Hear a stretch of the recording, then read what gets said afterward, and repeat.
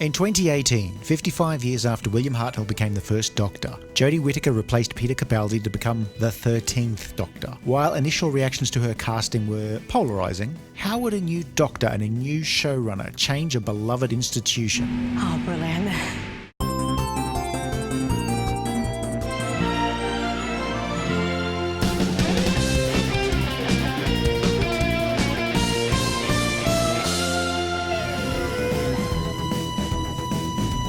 Let me begin by saying that before Jodie Whittaker was announced as Doctor Who, I personally didn't see the tearing need for a female Doctor. Well, I would say that, wouldn't I? It took me about 15 seconds for any concerns to abate after her casting announcement. Whittaker was an actor whose work I only knew from things like Attack the Block, but the more I looked at her filmography, the more I could see the possibilities. Chris Chibnall as the new showrunner was another matter entirely, because although he had written for the show, none of those episodes leapt out at me as being anything special. So how does all of this pan out? Well, it's a mix of good and bad, like Secret Santa at an office where half your co-workers hate you. The 13th Doctor is not really that different from previous Doctors, but she's probably closest to the 5th Doctor in terms of personality, friendliness, being approachable and empathetic. The 13th Doctor's wardrobe continues the supposedly thrown together look. It feels just a little bit too designed, but it harkens back to the Doctor instantly looking different from ordinary humans. The new Doctor wants to help and put things right, but at the same time, she is aware of how her adventures might affect humans. You can tell she's British, not just by the accent, but by the constant apologising for everything and being a pain in the neck about standing on the right on escalators. For the first time since the early 80s, there are 3 companions, making for a crowded TARDIS, which for some reason has giant crystals sticking out of the floor, like somebody went to a crystal exhibition when they were drunk and made some unwise purchases, but couldn't admit they were wrong and so stuck them in the middle of the room despite how hideous and out of place they look. Oh, looks a bit shit, Doc.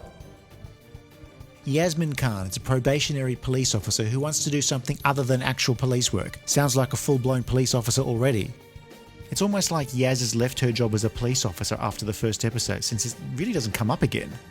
Ryan Sinclair is a young man wanting to become a mechanic, but for the moment works in a warehouse, which he hates. He has dyspraxia, which is supposed to affect his coordination whenever the writers remember it, but very rarely affects the story in any meaningful way.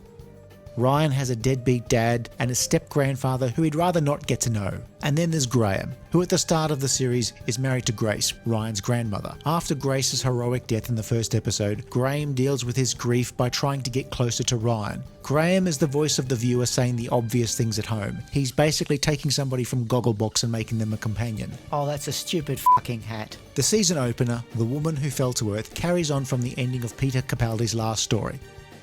In Sheffield, Ryan finds some strange blue thing in the woods and inadvertently activates it. And well, an alien hunter hunts down a dude in Sheffield. Ryan does what any young black man would do and calls the police. And who answers the call but Yasmin Khan, a probationary police officer that Ryan happened to go to school with. Grace and Graham are on a train when an alien thingo appears and then also the Doctor. Then the great arc of coincidence closes and everybody works together to find the alien hunter before he finds his prey, who was also on the train. It's like The Most Dangerous Game, but set in Sheffield. The Doctor's disoriented from her regeneration, but quickly springs into action, making her own sonic screwdriver in a great scene.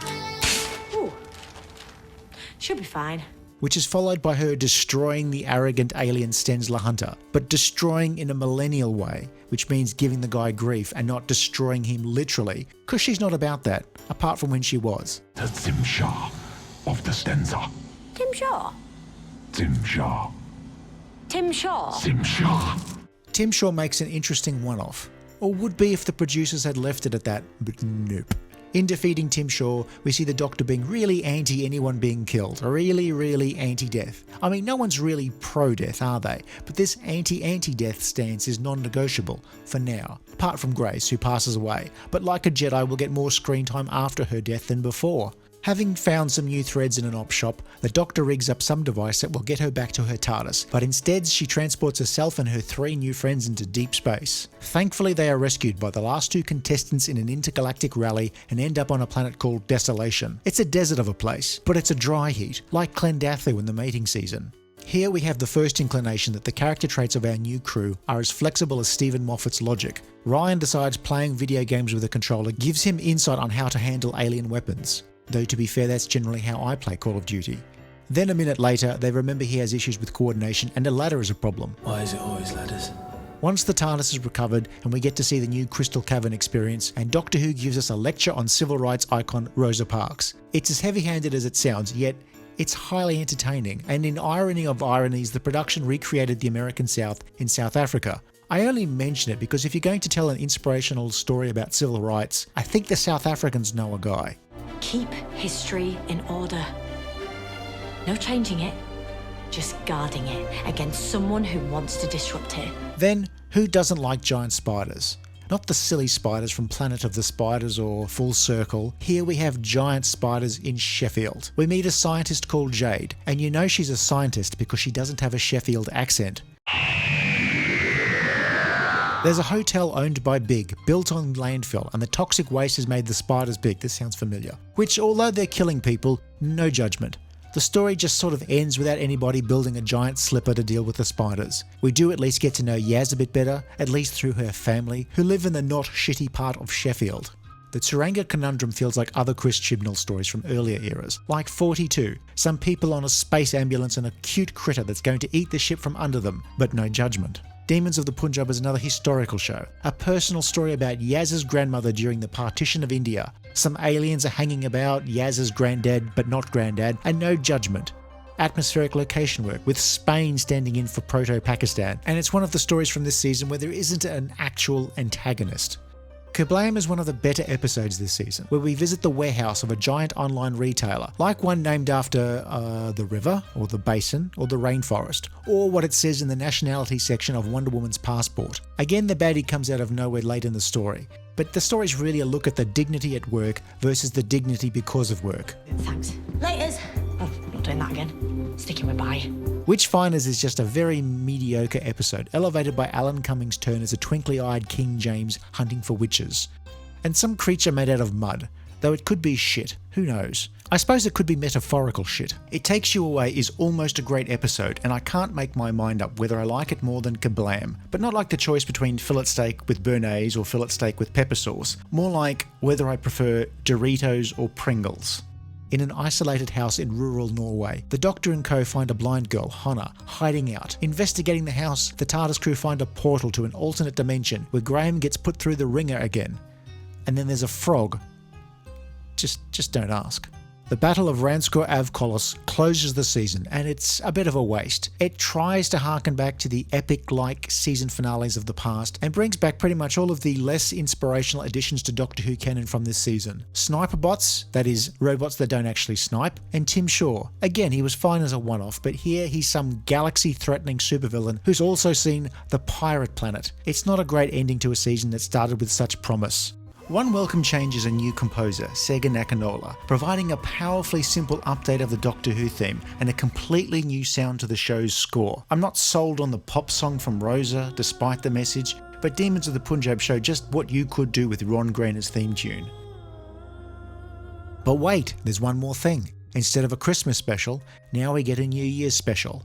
Resolution, get it? New Year's, etc. Resolution doesn't see the Doctor buy a new 4K TV set in the post-Christmas sales, but instead the crew go and see lots of New Year's Eve celebrations around the galaxy, and then go to Sheffield, where we end up in the sewers of Sheffield. So finally we get to see a shitty part of Sheffield. A dormant Dalek scout has come alive and taken over an archaeologist. You can tell she's a scientist because she doesn't have a Sheffield accent. The Dalek raids the parts bin and builds itself a new casing, with leftover Dalek bits and parts from a 1997 Ford Fiesta with no windscreen and only 3 months MOT. Exterminate! But what's more important, Ryan's deadbeat dad, the same guy who abandoned Ryan after his mum died and was a no-show at Grace's funeral, has turned up to make amends. Aaron spent years working on oil rigs as an engineer. You can tell he's an engineer because he doesn't have a Sheffield accent. Now you'll be thinking, why does Stam have such a chip on his shoulder about accents when his own natural accent is about as intelligible as Death Stranding? Well, you could ask the same question of Chris Chibnall. Ryan's dad has been trying to sell a microwave oven door to door that apparently a mate has been making and then he somehow helped with the design. I've been asked for money on street corners by people with more convincing stories than Ryan's dad. But Ryan's dad manages to build a weapon to defeat the Dalek before it calls for backup. So the moral of the story is, we cool? Doctor Who in the Chris Chibnall era is socially conscious, educational, and dedicated to making Sheffield not seem like the rundown shithole that everybody who's never been there, myself included, seems to think it is. So lots of stories to educate viewers about social issues and history. It is as heavy-handed as it sounds, but somehow manages to be fairly entertaining, mainly off the back of an incredibly likeable Doctor and of course Graham. Ryan and Graham are an interesting double act, a grieving step-grandfather who wants to be called Grandad, and a young man angry at life. They make peace by the end of the season, though poor Yasmin has no discernible arc, despite us delving into her family life at least twice this season. All are charming in their roles, which makes them easy to watch. This Doctor is all about compassion and understanding. The new Doctor is brilliant. Jodie Whittaker takes us back to a Doctor who smiles and is friendly to all. There's little of the aloofness of the past, and she's less ready to make grand declarations in her speeches. Aside from Ryan's frostiness towards Graham at the start of the series, there's not really much disagreement going on. At least until episode 10, when Graham tells the Doctor that if he has a shot at Tim Shaw, he's going to take it. Go back to the TARDIS, Graham. No, I won't let you do that. you ain't gonna have a say in it. This got me thinking to what sort of Doctor the 13th Doctor is. We've had the grumpy teacher, the office clown, the school prefect, the weirdo nerd, the guy who always wears a football shirt, the northerner with a chip on their shoulder, the drunken Scottish IT manager, and now the HR lady. Final warning. Doctor Who for the bulk of its run was usually about the Doctor and one or two companions, usually only one. Now the Doctor is about four friends trying to make it in New York. Correction, just Yorkshire. Season 11 had a mixed reaction. Most people liked the cast, but nobody seems super enthusiastic about the actual episodes. I think that's a totally valid criticism. There is definitely room for improvement. The show does actually seem to be missing that element of wonder in its quest to be crusading. But I am looking forward to Season 12, and I just want to see if they can get the mixture right. There was a lot of momentum and goodwill going into Season 11, but with some of that being sapped by the flaws in the season, it will be interesting to see how Season 12 plays to the core strengths of Doctor Who, and indeed, Jodie Whittaker. So if you enjoyed this video, please like and subscribe, leave a comment below, or check out some of our other videos.